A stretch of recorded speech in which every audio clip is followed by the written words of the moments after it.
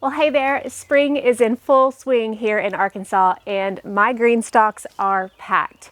Today I'm going to walk you through all 6 of my planters, what I have planted, the varieties I chose, and a few things I've learned in over 5 years of growing in my green stalks. Before I get into the tour though, I want to make sure you know about the GreenStalk Mother's Day sale that is happening right now through May 11th. All of the 3, 5, and 7 tier vertical planters are $50 off, and they're also discounting accessories, several of them you'll see today. Plus, stack my discount code to get $10 off the purchase of $75 or more.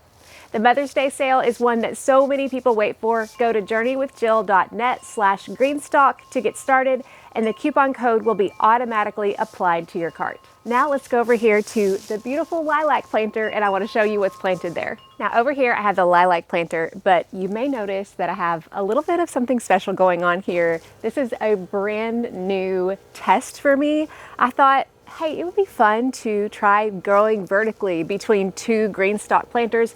So I have what normally catches my floating row cover. These are floating hoops, and I spanned it from the top of this green one all the way to the lilac one, and I chose a climbing variety of sweet pea.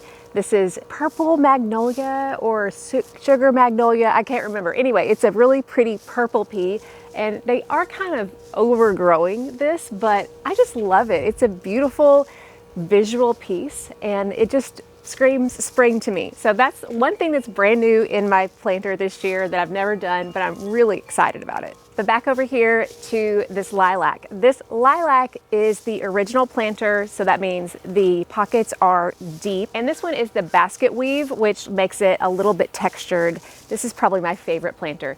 Up here at the top, I have Sugar Daddy peas. And these are sweet peas that don't climb like these magnolia ones do. They stay pretty compact, and they are being supported by the GreenStalk trellis, which is one of the things that's on sale right now for Mother's Day. I love these little trellises because they're small and compact, and they go in each of the pockets, and they are perfect for supporting peas. In the next tier, I have a blend of flowers. I have pansies here that you may have seen before. These were actually from my fall planting. I overwintered them in the greenhouse, and they're coming back out. But then I also added new plantings of nasturtium.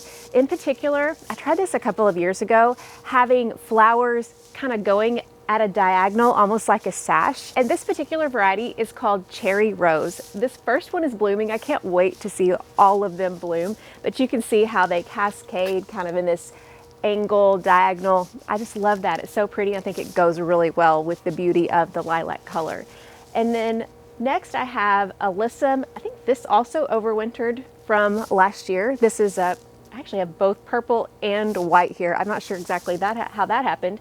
But then I have peppers that I just planted over here. I have a couple of different varieties. These are going to be small peppers, a jalapeno type. I don't know that I've tried bell peppers in these, but you can definitely grow bell peppers in these. But I do like to grow the jalapenos in here, and I have a couple of them on the other side. Now going down, we have more flowers, more nasturtium, but I also have a couple of tomato plants. I have one on each side. This in particular is a cherry tomato. And on the other side, I think I have Eva's purple ball, which is probably about a pool-sized billiards ball tomato. I love that. I haven't ever tried that one in the GreenStalk yet, but it's fairly small, not like a gigantic tomato.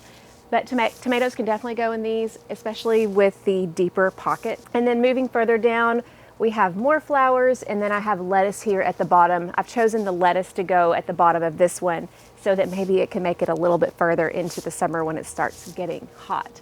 But that's what I have in this lilac planter, and as you can see, I'm just having so much fun with it. Moving over here, we've got another original planter. This is maybe one of the first ones that I got. This is the Evergreen. It's in the original, it's not the basket weave texture. And this one is very heavy in vegetables, which is actually my favorite thing to grow in the GreenStalks. The flowers are gorgeous, but I love having food production here. With the top tier, I chose celery. And celery loves water. That's one reason I wanted to put it here at the top. The way that the GreenStalk watering is it's got a patented watering system that waters each tier evenly. But if for some reason I don't add enough water, I know that the top is going to get the dibs, and celery definitely needs all of that. This particular variety is a Chinese pink celery. That's why it's got that pink color to it. I've never grown this before, so I wanted to do it because I knew it would be a pretty color, especially against this green, and we'll just see how it tastes. I probably should try it, but I think I'm gonna wait till it gets a little bit bigger. Moving down, we've got 2 tiers of cabbages. Now, normally with cabbage being a pretty heavy feeder, I would want them to be every other pocket, but I chose every pocket because these are smaller options. These are more container friendly options, specifically the Tiara and the Caraflex variety. Now, they have gotten hit a little bit with the cabbage worm already, but I've been trying to stay on top of that and pick them off. But this will be the first time that I've planted something like a cabbage in every pocket. I may end up finding that I should have done every other pocket just because they are pretty heavy feeders, but it's a test and I really like how beautiful it looks. We'll see how that goes. The following tier is going to be arugula. I actually just harvested that, but I have some more arugula coming here. And then at the very bottom, I have more of the peas that I'm growing in the lilac planter.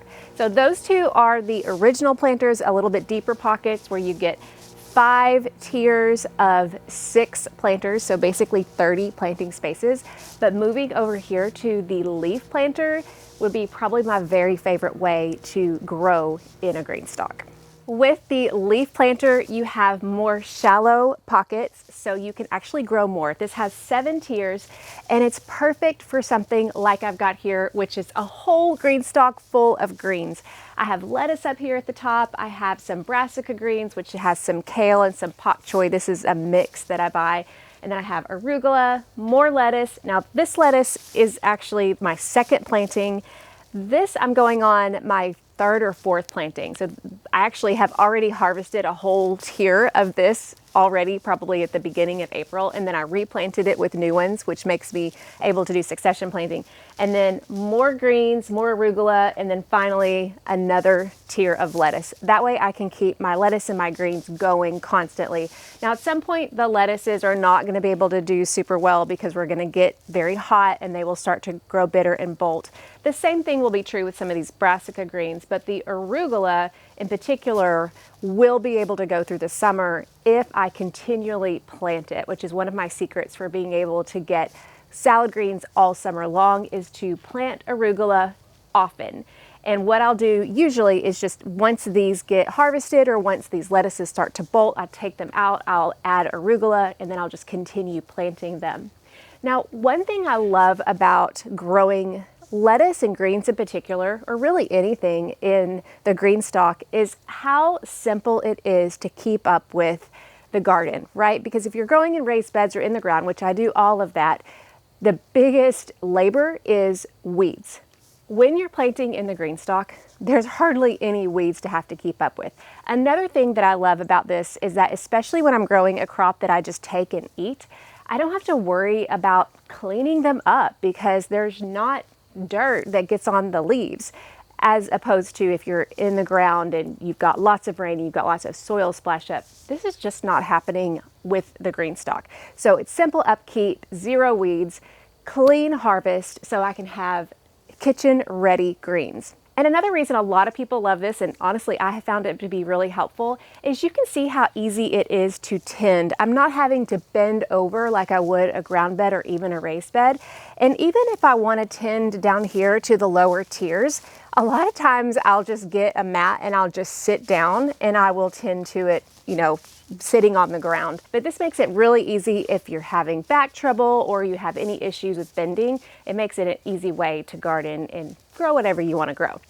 Moving over here, we have another leaf planter. This is the Stunning Stone, not in the basket weave. This may have been my first leaf planter I've ever grown. And this one is full of onions. Some of them are still growing. These are short day onions that I planted back in November, and they're already starting to size up. This right here is an indication that this one is ready to pick because the neck is falling down.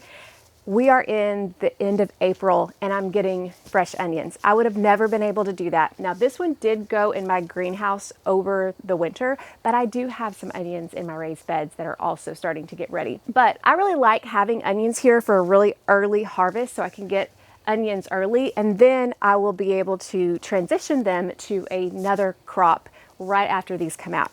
Usually that's going to be bush beans. I really like following onions with bush beans, perfect time of year, but you can also do other crops like flowers. A lot of people do flowers in all their green stalks, or maybe herbs. Now, one question that a lot of people ask me is, how stable are these green stalks? You may be worried about this if you live in an area where you get high winds, and we live in an area where we may not get high winds all the time, but we definitely get storms, and tornadoes and tornado warnings are very common. I'm not saying that this will survive a tornado, but I am saying that if you've got major winds, I have never had a green stalk fall unless I forgot to lock the wheels of the mover. Now, you can choose to buy a green stalk without a mover and it will just sit on the ground, but you can have two options to be able to move your green stalk around. You've got the mover, which just has wheels, or you have a spinner, which spins around, or you can do the ultimate spinner, I think is what it's called, where it spins, but it also has wheels. Most of mine are the ultimate spinner, where they will spin around, but they have wheels. But 3 of those 6 wheels will lock. I keep them locked all the time because the only time my green stalk has ever fallen is when I didn't lock them and the wind basically just rolled it over and then it fell off my patio. Other than that, this is very stable. These are heavy, which is one reason I think they're so stable. Another question that people ask is, what kind of soil mix do I choose in here? And I've used lots of different options. The key is you want to have a potting mix. You don't want anything with moisture retention properties. Happy Frog is what GreenStalk recommends themselves. That's what they use in all of their planters.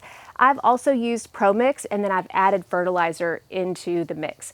But regardless, it's really important to make sure you have fertilizer in here. I've noticed that my green stalks grow so much better when I pay attention and add fertilizer whenever I'm planting, whenever I'm filling these planters. Now, I mentioned changing this over between onions and beans. This is just one example, but I'm constantly changing over my green stalks from the spring to the summer to the fall. They're in production or have something in them most of the year. So you may be wondering, do I have to change out the soil? In my experience, I will change out the soil for the entire green stalk about every 3 years, but also understand I'm growing in it almost year round. So just depending on how much you use. How do you know when you need to change out the soil? What I notice is that if I'm watering and the water just rushes out right away, but if I feel the planter inside and it still feels dry, what that means is that often the soil has become hydrophobic, especially if it's old, as in it's been used quite a bit. Most of the organic matter will have already broken down, and so you just have the bare bones left. And that's a really good indication that it's time to get new soil. But most of the time, instead of having to clean out and completely replace the soil, what I do if I'm going from onions to beans is I will just add new mix to the top, kind of topping it off, and add new fertilizer. And that usually is enough to get me through the next season. Next, let's move over to these 2 odd size planters I have, where I have a couple of different things growing in here. Finally, I have these 2 green stalks, and you may notice that they are a little bit oddly sized. And what these are is that I had 2 Inventors Bundles planters. And what Inventors Bundles planters are, that's a lot of words, but it's 3 of the original and 3 of the leaf. So if you can't decide between the original and the leaf, you can do the Inventors Bundle and you can get both of those, and it also comes with some accessories.